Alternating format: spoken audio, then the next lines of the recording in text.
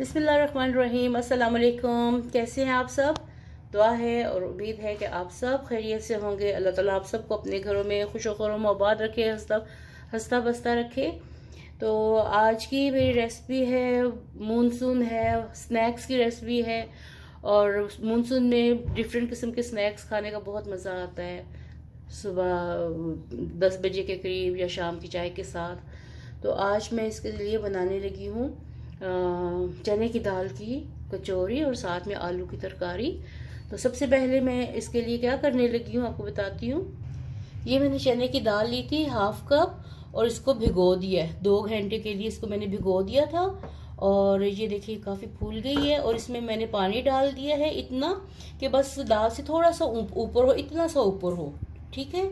क्योंकि इसको मैंने गलाना है इतना कि ये बिल्कुल मिक्स हो जाए, मैश हो जाए, पानी इसी के अंदर खुश्क हो जाए। और इसमें आधा कप है ना ये, तो इसमें मैं हस्बे जायका मैंने नमक लिया है, ज़ीरा लिया है और कुटी लाल मिर्च 1/4 टीस्पून है और सुर्ख मिर्च 1/4 टीस्पून है।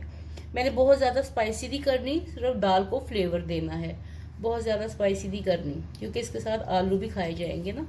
तो इसलिए ये मैंने इसमें डाल दिया है। नमक हस्बे जायका, मिर्च हस्बे जायका, ज़ीरा 1/4 टीस्पून ये डाल के। तो अब मैं इसको गलने के लिए रख देती हूँ, फिर नेक्स्ट प्रोसीजर आपको दिखाती हूँ क्या करना है।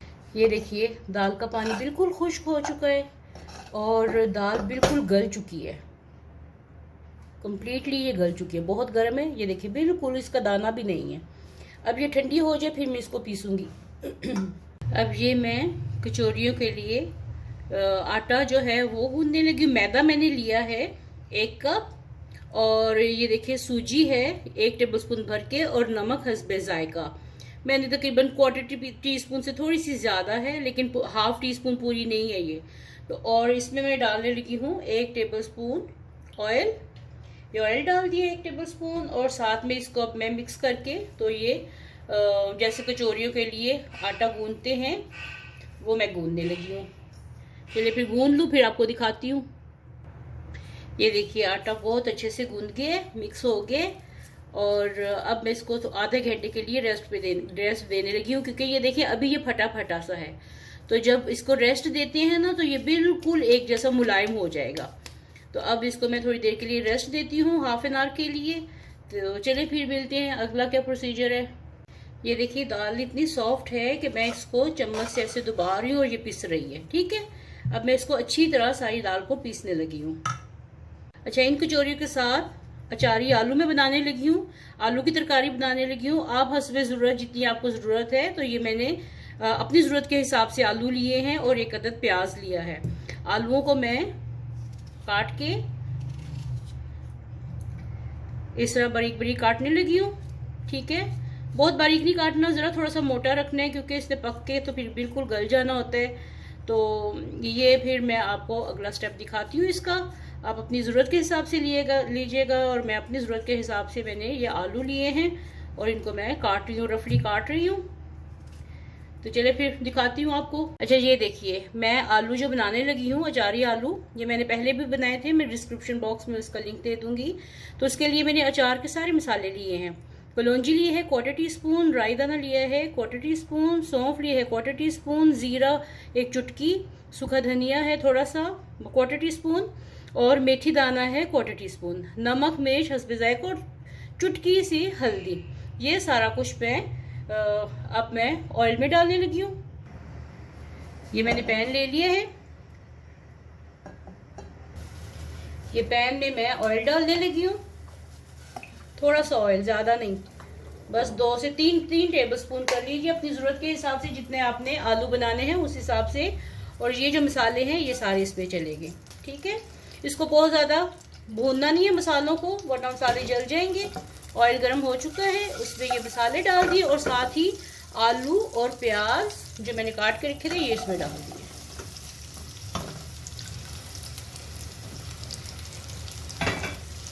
अब इसको मैं थोड़ा सा उलट पलट करके, तो इसमें ½ कप के करीब पानी डाल के इसको दम पे लगा दूंगी। आलू में मसाला मिक्स हो चुका है और अब मैं इसमें ½ कप पानी डालने लगी। चलिए अब इसको दम पे लगा दूंगी, ये अपने पानी में गल जाएंगे। और प्याज डालने से बहुत अच्छा फ्लेवर आता है, प्याज इसमें बिल्कुल मिक्स हो जाएंगे, पता भी नहीं चलेगा, ठीक है। तो इसको एक साइड पे करते हैं। ये देखिए आटा कितना मुलायम हो चुका है, वो जो फटा फटा था वो बिल्कुल ठीक हो गया है। अब इसके मैं छोटी बड़ी जितनी आपने पूरी ये कचौरियाँ बनानी है उस हिसाब से आप इसकी पेड़े बना के रख लें, ठीक है।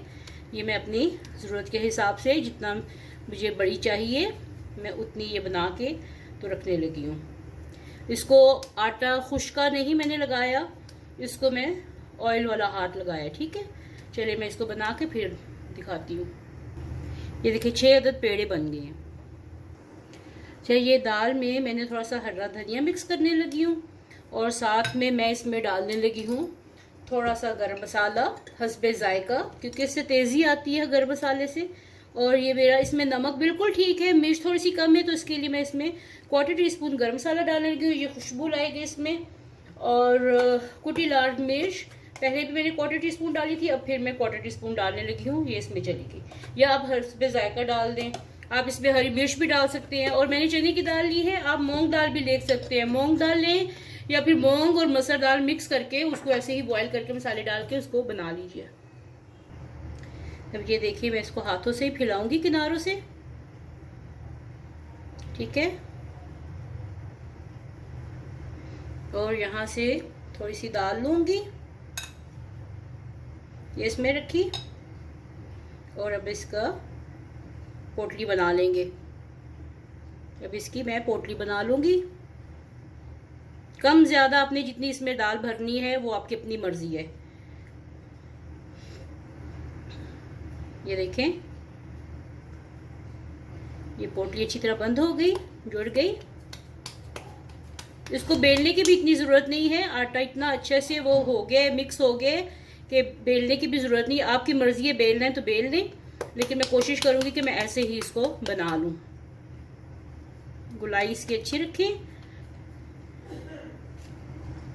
ये देखिए किनारों से इसको बारीक करना है और सेंटर में ऐसे इसका थोड़ा सा उभार होना चाहिए, क्योंकि जब हम इसमें दाल डालेंगे ना तो फिर आहिस्ता आहिस्ता ये जब फैलाएंगे तो फिर ये पतला होना शुरू हो जाएगा, इसलिए सेंटर से लाजिम इसको मोटा रखना है, ठीक है।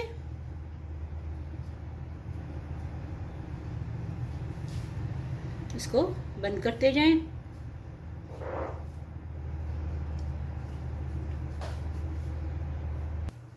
ये देखिए मैंने थोड़ा सा ऑयल लगाया है बेलने पे, और दोनों बेलों पे, नीचे वाले पे भी और इस वाले पे भी, और इसको फैला लिया है ताकि ये इवनली यानी एक जैसे इसके किनारे एक जैसे बैठ जाएं, ठीक है। किनारे इसके एक जैसे हो जाएं और इसको पतला सा बेल लें, ठीक है। ये सारी मैं एक बार पहले बेल के रख लूं, फिर मैं इसका अगला काम करूंगी।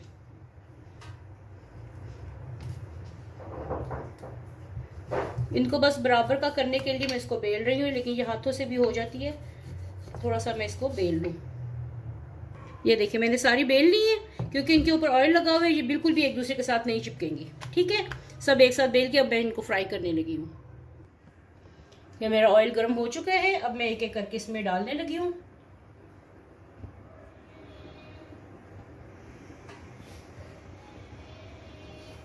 और एक टाइम पे मैं सिर्फ 2 डालूंगी, क्योंकि मेरी कढ़ाई छोटी है, तो बस 2 से ज़्यादा नहीं डालूंगी।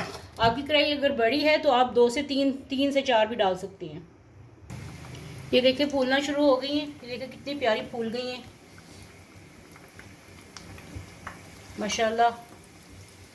ये देखिए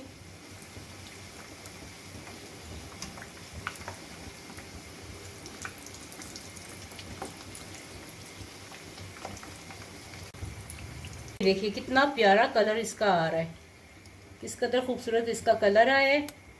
बस इससे ज़्यादा नहीं सुर्ख करनी। ये मैं इनको निकाल लिया है, चूल्हा थोड़ा सा हल्का कर देती हूँ।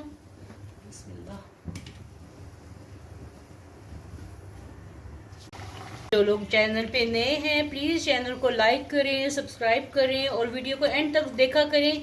एंड तक देख के फिर लाइक इसको करें और वीडियो को स्किप बिल्कुल मत कीजिएगा, इससे हमारे चैनल को बहुत नुकसान होता है, हमारी वीडियो को बहुत नुकसान होता है। आपसे रिक्वेस्ट है। देखिए साथ में आलू की तरकारी जो है वो रेडी हो गई है, बिल्कुल आलू जो है ना वो गल चुके हैं। अब इसको मैं चूल्हा बंद कर देती हूँ।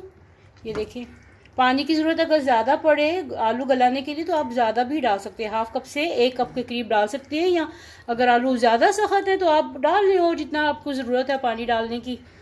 तो ये देखिए कितने मैशी बन गए हैं, अच्छे से बन गए हैं। अब इसको मैं निकालती हूँ, डिश आउट करती हूँ।